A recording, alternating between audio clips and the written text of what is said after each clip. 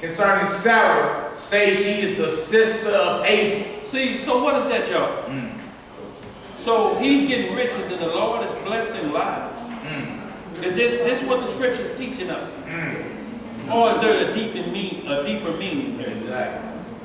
Is there a permissive will going on here that's going to be explained? What you got, King? Now, we're talking about the same God that provided manna in the wilderness, and I don't remember reading where Abraham prayed to God and asked God, I need you to take care of me or bless me. So this same God that we're talking about, if he chooses to, he could have even more richly blessed Abraham where he was at.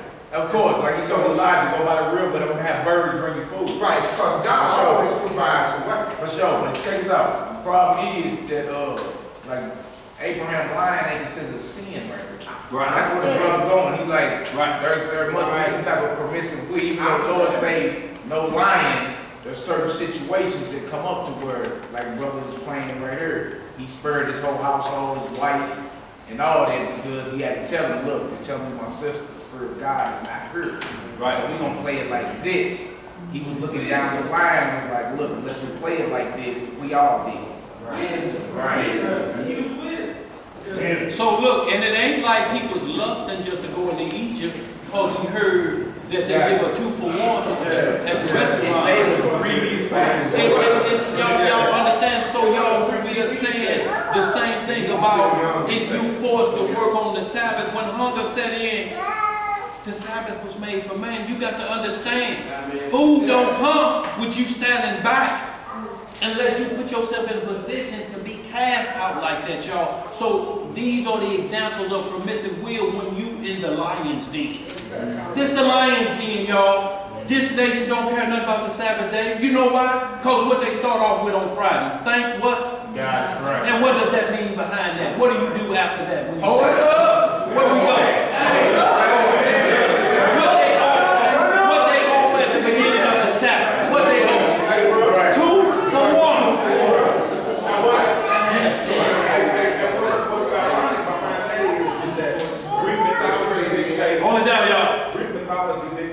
Saturn's day is the day of mission. That's right. That's the day of mission. So they saying thank God it's Friday, but they ain't talking about your God. Right. They talking about theirs. Right. Because they want to get into their worship. Right. We saw the subtlety. Don't just go, hey, don't just walk by. Right. Look. Y'all write this down. You got drinking issues, they doubling up down here. So does that mean you don't go to happy hours, does it? Or do you stand there and one, if that's the norm, one is the norm whether it's free or not? It's free. Why is one, when it's free, you gobble all you can? Hell is free. Drunkenness. You don't know what's free? Hell is free too. You can say it a lot today, boy.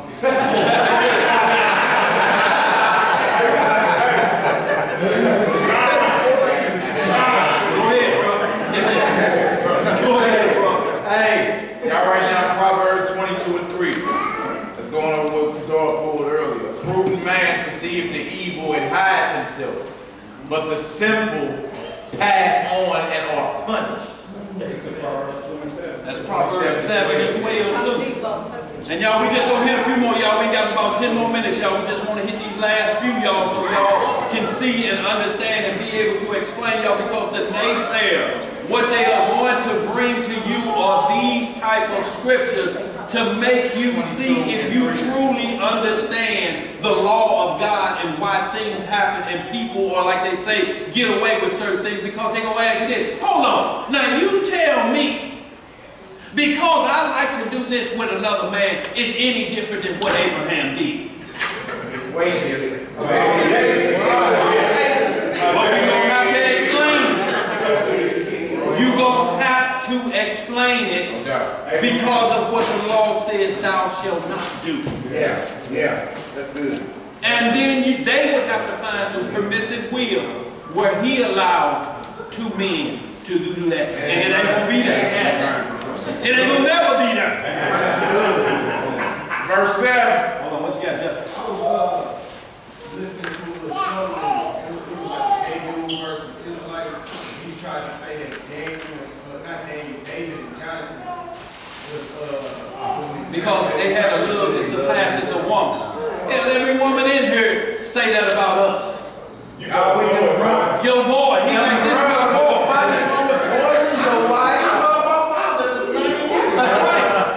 So you have to understand, that ain't no excuse. He said the love that surpasses a woman. What is love according to the Bible?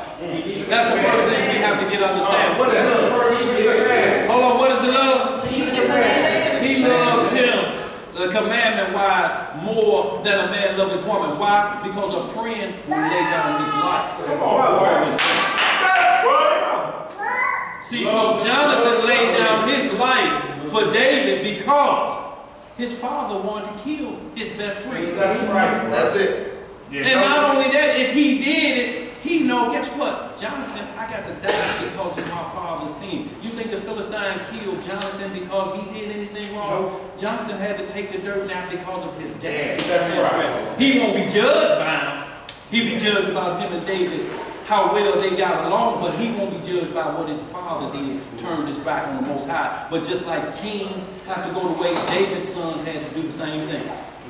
Black on black crime never left their house. Go ahead, let's read some more, y'all. We got about 10 minutes. Verse 7. And yet, with all these orders, Abram did not put confidence in them. What he did not do? He did not put confidence in them. See, Abraham didn't trust somebody else when their life gets on the line. Right. Because they could have raised the sword. Lie! You dare stand here and say that that is his sister? What you gonna say? That blade is shining in the sun. No, he told me to lie. He told me to lie. Look, all you got to do is watch the first 48. All that tough talking about I never turned on my boy. Hell, they crying before the dude started writing on the paper. What is wrong with him, man? He made me do it. He said we weren't going to get caught. Shut up.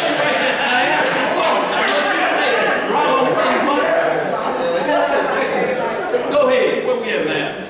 But he took Sarah and placed her in a chest and concealed it amongst their vessels. Right. But Abram was greatly concerned about Sarah on account of the wickedness of the Egyptians. That's right. And Abram and all belonging to him rose up from the brook of Mizraim and came to Egypt. And they had scarcely entered the gates of the city. Hold down, y'all. When the guard stood up to them, saying, Give tithe to the king from what you have, and then you may come into the town. And Abram and those that were with him did so. So the king said, look, before you come into Egypt, how much paper you got? Y'all got anything, or y'all just coming in here big? You some hobo Hebrews? What's happening around here? You know, but it said he had become concerned about the wickedness of the Egyptians. So this secret thing that the Lord will reveal to Abraham will be judged according to his heart. Lord, they was going to kill me. They was going to kill me. Go ahead. And Abram with the people that were with him came to Egypt. And when they came, they brought the chest in which Sarah was concealed, and the Egyptians saw the chest. And the king's servants approached Abram, saying, What is thou here in this chest which we have not seen? Now y'all know heart's about to jump out of his chest at this point. Go ahead, man. Now open thou the chest and give tithe to the king of all that it contains. And Abram said, This chest I will not open, but all you demand upon it I will give. And Pharaoh's officers answered Abram, saying, It is a chest of precious stones. Give us the tenth thereof. You hear what they saying? They're like, why you won't open it? What's in there?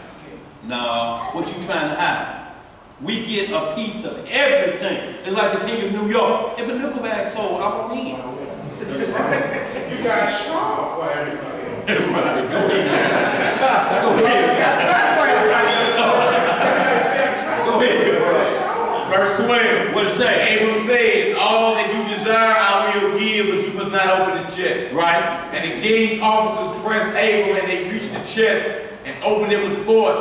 And they saw, and behold, a beautiful woman was in the chest. And when the officers of the king beheld Sarah, they were struck with admiration at her beauty. Y'all see this, y'all? Struck with admiration. I'm talking about these are gate mob. That's in the gate mouth. Mouth just open and somebody's had to go like this. Y'all know what they saying. servants of Pharaoh assembled to see Sarah, for she was very beautiful. What was she? Very beautiful. And the king's officers ran and told Pharaoh. Do y'all understand this? Do y'all understand this? Everybody was gathered around. She was fine. Well, go ahead, bro.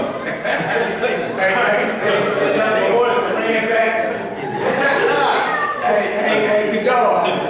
Man, do your look. Go ahead, man. What you say? What it was looking on was like.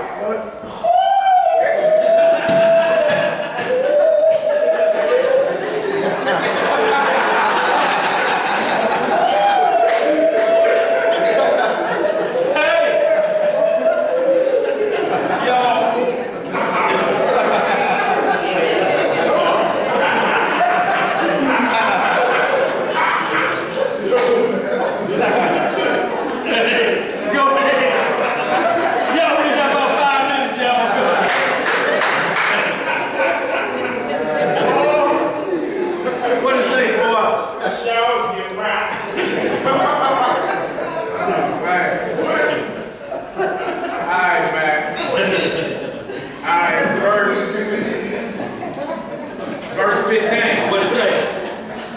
This is the rest of 14. Yeah. And the king's officers ran and told Pharaoh all that they had seen. And they praised Sarah to the king. And Pharaoh ordered her to be brought.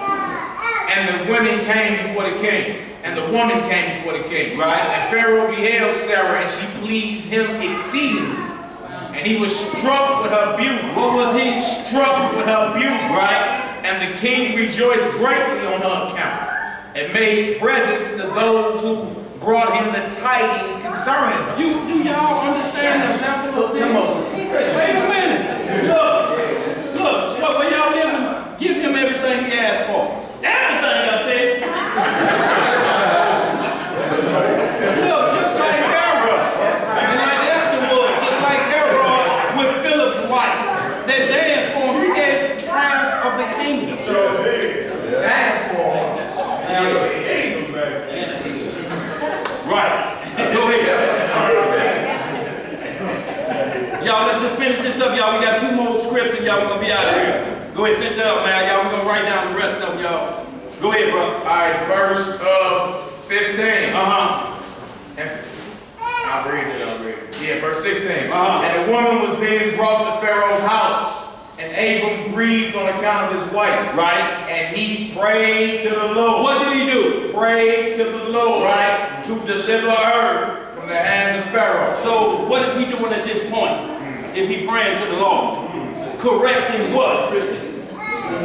Any misdeed or whatever he's doing. Lord, please, you know I didn't do this. And see, we can't tempt the Lord. Some will say, well, why he just didn't stand out there and wait for the Lord to rain manna down from heaven? Why didn't he? If he a man of the Lord, so he was a baby. It said Christ was tempted in like manner, and that's why when Christ said, Lord, if this cup could pass from me. That's right. See, y'all, we talk death like it ain't nothing. But I guarantee you, all of us talk about the kingdom, but if they said death is being passed out, y'all in the parking lot. Who making habits in here? You gonna make habits in here, because ain't nobody going out. Right. That's the same thing we lied. That's right. He said he was subject to the same passions we was, but he prayed earnestly that it lied. That's right. And it did. And the family was living. That's right. That's right. Go ahead, Joe. Verse 17. And Sarah also prayed at that time and said, O Lord God, thou didst tell my Lord Abram to go from his land and from his father's house to the land of Canaan. And thou didst promise to do well with him if he would perform thy commands. Now behold, we have done that which thou didst command us.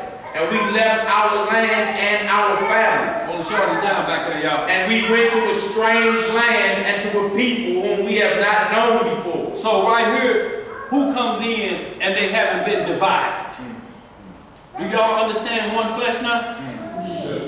And she didn't say, you low down, ugly, long beard, 90-year-old, you gonna sell me out like that?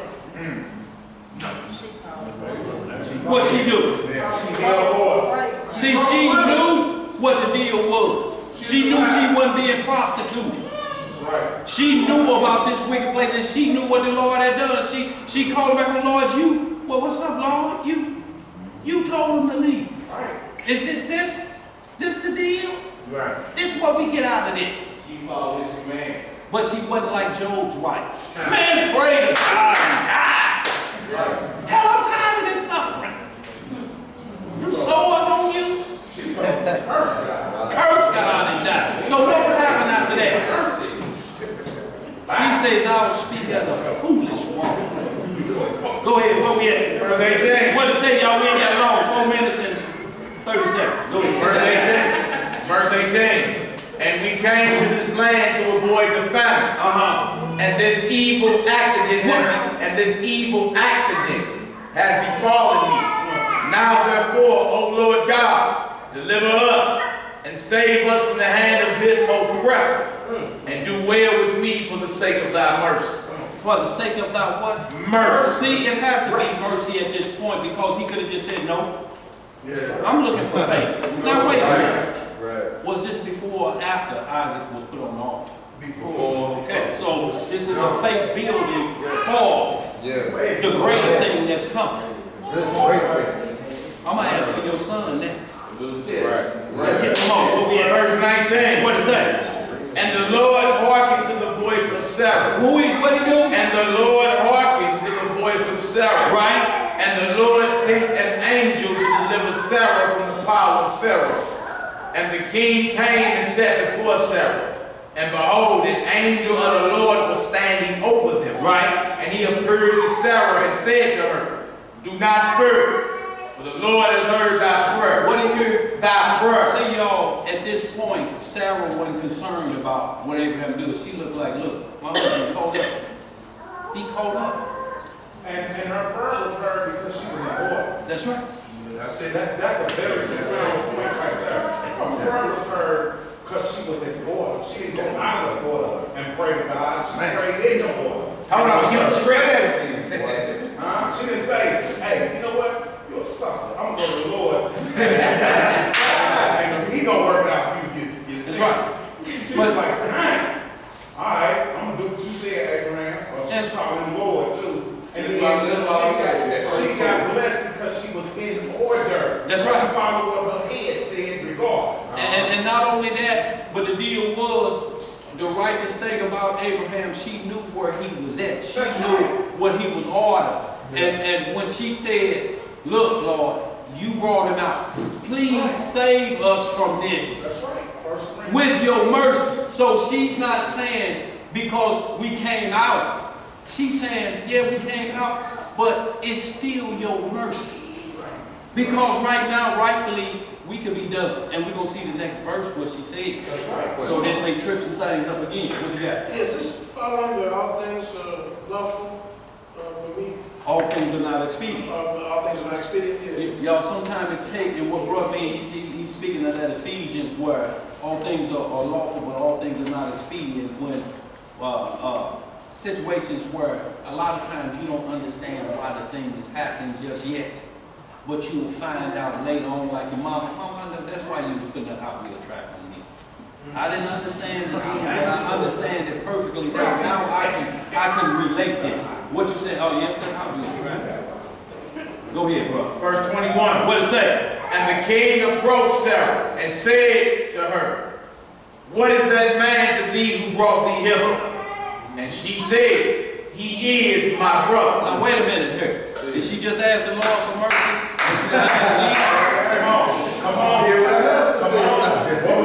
They kept her in the mercy. See, y'all, this is the difference, y'all. Now understand what we're saying here, y'all, because what we're doing is preparing y'all for the naysayers. They're going to bring you Abigail and David. Why did Abigail go around her husband? See, we got to be careful, because if it worked for one, it got to work for the other. Why did she go against her husband's commands? We told her. He was an idiot. But we'll get to that. We'll get to that, y'all. But this is the only thing I'm saying. Y'all, if we're not sharp, it'll seem like the scriptures is contradicting themselves for certain events. Right, exactly. You know, Nabal was a wicked man too, but there was a different situation here with his wife understanding still right, because if he told her, he said, to hell with David. But I care about David. She didn't withhold nothing. He was drunk at the time. David about to kill that boy. And David was going to put him to death, so she did save her husband's life, but she didn't tell him nothing until he sobered up. The next morning, she still didn't keep it from him, so she still was righteous in what she was doing. See, most people say, no. Now how's she going to go against her husband and give David them something to eat? That's going against her husband, ain't it? Pacified, right? But in the spirit, in the permissive will, I know who David is. My husband drunk. He don't understand this, but she did not say nothing. She waited till he sobered up where he can understand the things. She said, look, David came by here and you was full. I gave him the cakes and the raisins to save your life. What do you think? You did what? And she just went on the way, and the Lord struck him down later on. Put him in the grave. See, she did no wickedness.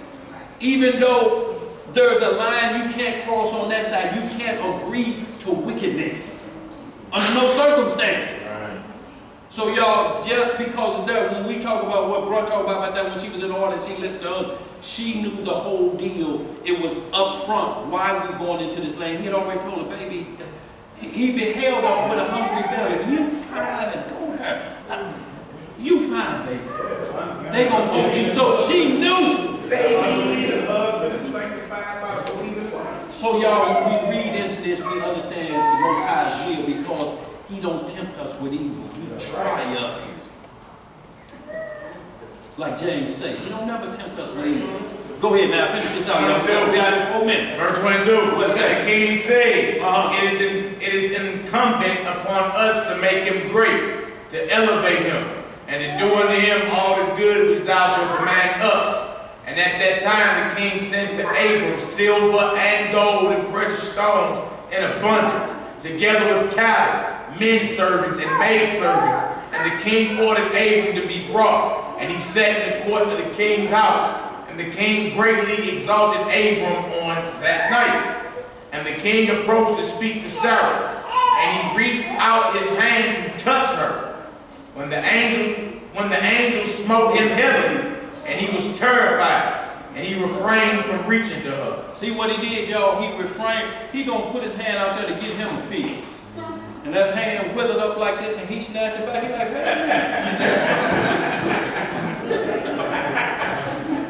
Go ahead, read a little bit more, man. We're gonna get right into the next one. Go ahead, man. Verse 24. What it say? And when the king came near to Sarah, the angel smote him to the ground, and acted thus to him the whole night. And the king was terrified. And y'all think about that. Every time he tried to put down his playboy moves, they was restricted. Hand, whatever move he used to do with that, the smooth talk, all of it was restricted, and he was terrified. He's like, wait a minute, now something ain't going right here. I'm the Pharaoh, I'm the king of the world at this time. What she mean? What is going on? Go ahead, bro. Verse 25. And the angel that night smote heavily all the servants of the king and his whole household on account of Sarah. And there was a great lamentation that night amongst the people of Pharaoh's house. And Pharaoh, seeing the evil that befell him, said, surely on account of this woman has this thing happened to me.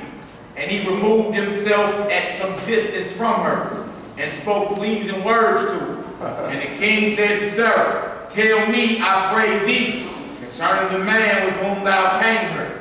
And Sarah said, this man is my husband. And I said to thee that he was my brother, for I was afraid, lest thou shouldst put him to death through wickedness. And the king kept away from Sarah, and the plagues of the angel of the Lord ceased from him and his household. And Pharaoh knew that he was smitten on account of Sarah, and the king was greatly astonished at this.